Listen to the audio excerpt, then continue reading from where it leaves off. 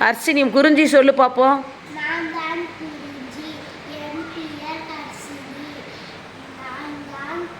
குறிஞ்சியின்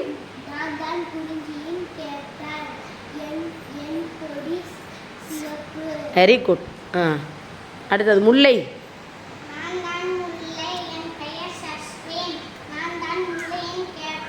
உன்னோட கொடி?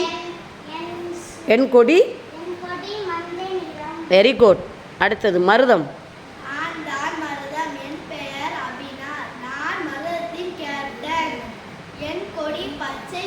Very good. அடுத்தது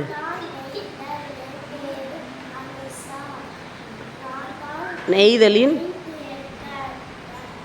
உன் கொடி என்ன கலரு? உன் கொடி என்ன நிறம்? நீல. அடுத்தது பாலை.